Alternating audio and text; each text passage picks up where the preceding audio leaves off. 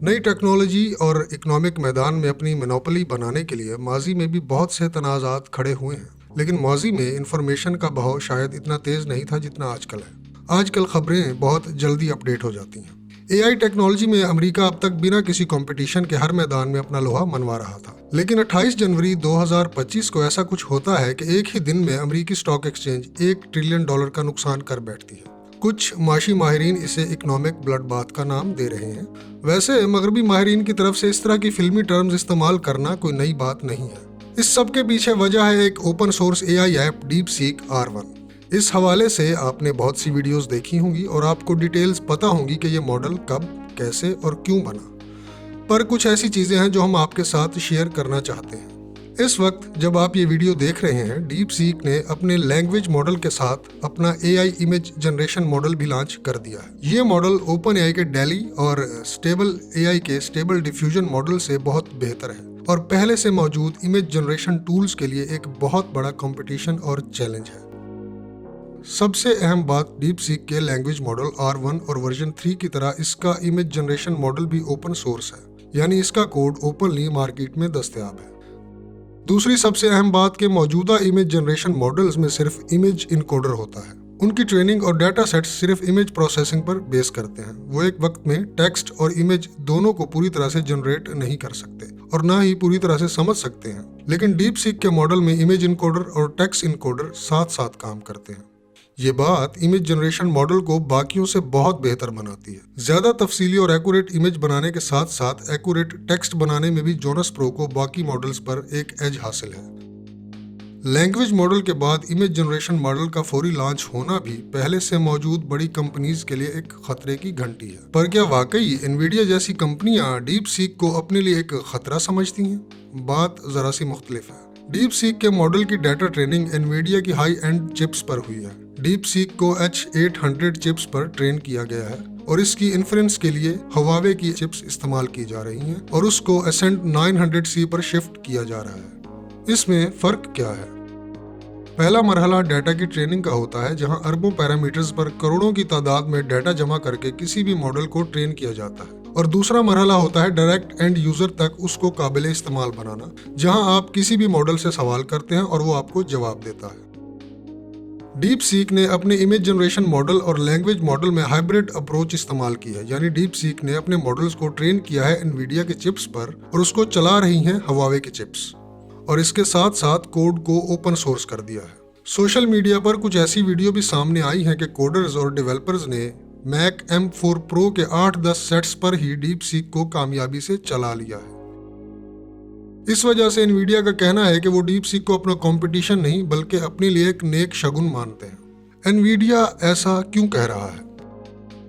इसकी वजह है कि कोड के ओपन सोर्स होने की वजह से DeepSeek को बहुत से डेवलपर्स और कोडर्स अपने पर्सनल सर्वर्स और कंप्यूटर पर चला रहे हैं और उनमें से ज्यादातर एनवीडिया के ग्राफिक कार्ड्स और चिप्स का ही इस्तेमाल पहले से कर रहे हैं। तो इस वजह से एनवीडिया की डिमांड मुस्तकबिल में बढ़ेगी, यानी जितने ज्यादा एंड यूजर्स लोकली इस मॉडल को चलाएंगे उनको उतना ही ज्यादा एनवीडिया की GPU पावर के छोटे यूनिट्स दरकार होंगे और शायद मुस्तकबिल में AI टेक्नोलॉजी ऐसे ही हाइब्रिड मॉडल्स पर काम करने लग जाए जैसे कि अब DeepSeek कर रहा है। तब भी ऐसी चिप्स की डिमांड में बहुत इजाफा होगा जो कम लागत हो और आसानी से दस्तयाब हो।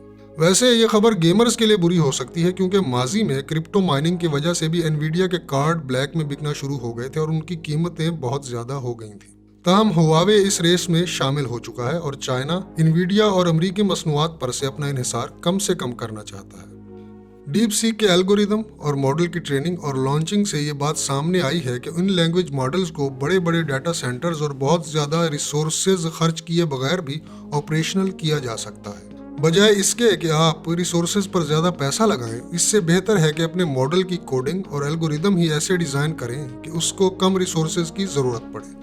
एनवीडिया के लिए ये पहला माशी झटका कुछ नुकसानदेह तो साबित हुआ है, मगर लॉन्ग टर्म में देखा जाए तो एनवीडिया और उस जैसी और कंपनीज, चाहे Huawei हो या इस मैदान में कोई और कंपनीज आ जाएं, ये सब के लिए एक विन विन सिचुएशन बन सकती है। लेकिन इसके लिए पाबंदियों से लड़ना और हुकूमतों के आपस के झगड़ों को सॉल्व करना होगा।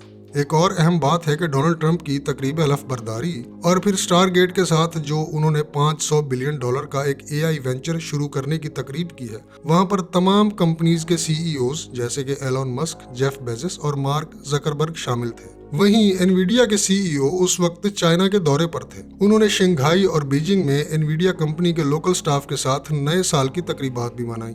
اس وقت چائنا میں انویڈیا کے تقریباً 4000 سے زیادہ ماہرین کام کر رہے ہیں۔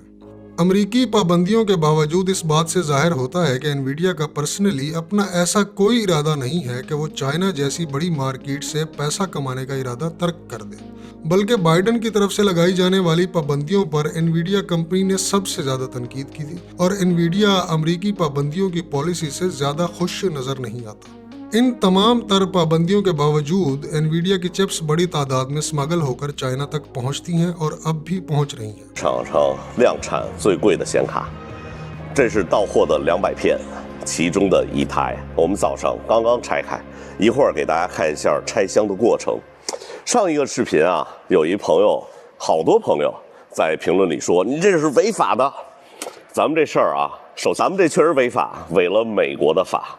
特朗普会对这事儿很暴怒，对吧？تاہم چینی حکومت نے اس بات کا فیصلہ کر لیا ہے کہ وہ AI اسٹارٹ اپس اور AI ٹیکنالوجی کو باقاعدہ حکومتی پالیسی کے طور پر دیکھے گی، اور ایسے اسٹارٹ اپس کو حکومتی لیول پر سپورٹ کیا جائے گا جو AI میں مہارت رکھتے ہیں۔ خود ڈیپ سیک کے CEO کا بھی کچھ ایسا ہی کہنا ہے۔ فی الحال یہ بات اہم ہے کہ چائنا نے AI میں اپنے آپ کو منوا لیا ہے، اور اگر اوپن AI یہ الزام لگا رہا ہے کہ ہماری APIs چرا کر یا ہماری ٹیکنالوجی چرا کر چائنا نے یہ ماڈل تیار کی ہیں، تو یہ تو ایسی ہی بات ہے کہ جب کسی بدماش کو تھپڑ پڑ جائے اور وہ کہے کہ رک میں ابو کو بلا کے لاتا ہوں۔ بھائی یہ ٹیکنالوجیز پہلے سے ہی اوپن مارکیٹ میں فور سیل موجود تھیں، اور اگر کسی اور نے خرید کر یا ان ٹیکنالوجیز سے فائدہ اٹھا کر بہتر اپروچ کے ساتھ کوئی چیز بنا دی ہے تو یہ چوری تو بالکل نہیں ہو سکتی۔ اوپن AI اور مغربی میڈیا نے یہ بھی کہا ہے کہ ڈیپ سیک پر بہت سی سینسرشپس ہیں اور لوگوں کا ڈیٹا محفوظ نہیں ہے۔ ہمیں خدشہ ہے کہ چائنا لوگوں کے ڈیٹا کو غلط طریقے سے استعمال کر سکتا ہے۔ پر ذرا رکیے، یہ بات تو اوپن AI کے ماڈلز پر بھی پوری اترتی ہے۔ سینسرشپس اور جنریشن ایررز اور ریزننگ کے مسائل تو چیٹ GPT کے ساتھ بھی بہت زیادہ ہیں، اور جہاں تک رہی بات یوزرز کے ڈیٹا پرائیویسی کی، تو اوپن AI یہ بھاشن دیتا بالکل اچھا نہیں لگتا۔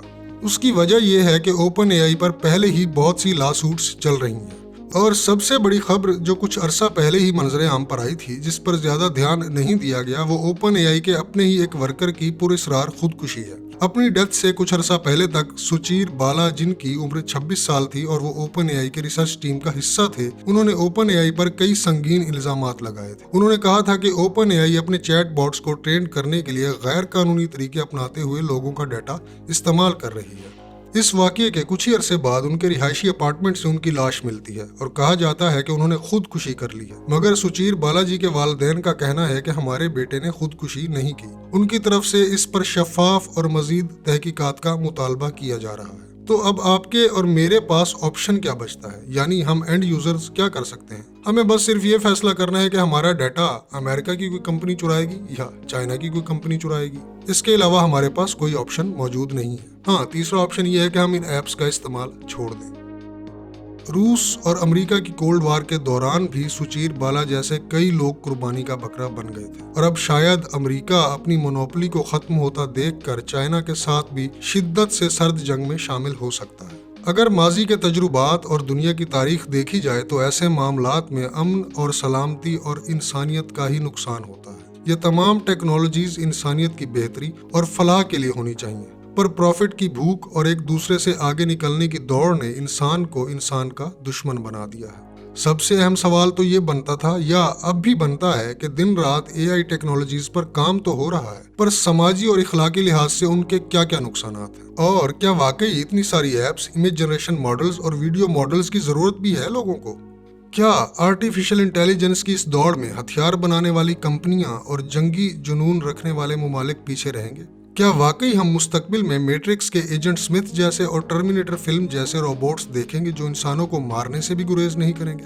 اس پر ہم اگلی ویڈیو میں تفصیل سے بات کریں گے، اور آپ کو بتائیں گے کہ کس طرح سے اسرائیل پہلے سے ہی غزہ کے ساتھ جنگ کے دوران آرٹیفیشل انٹیلیجنس ہتھیاروں کا استعمال کر چکا ہے۔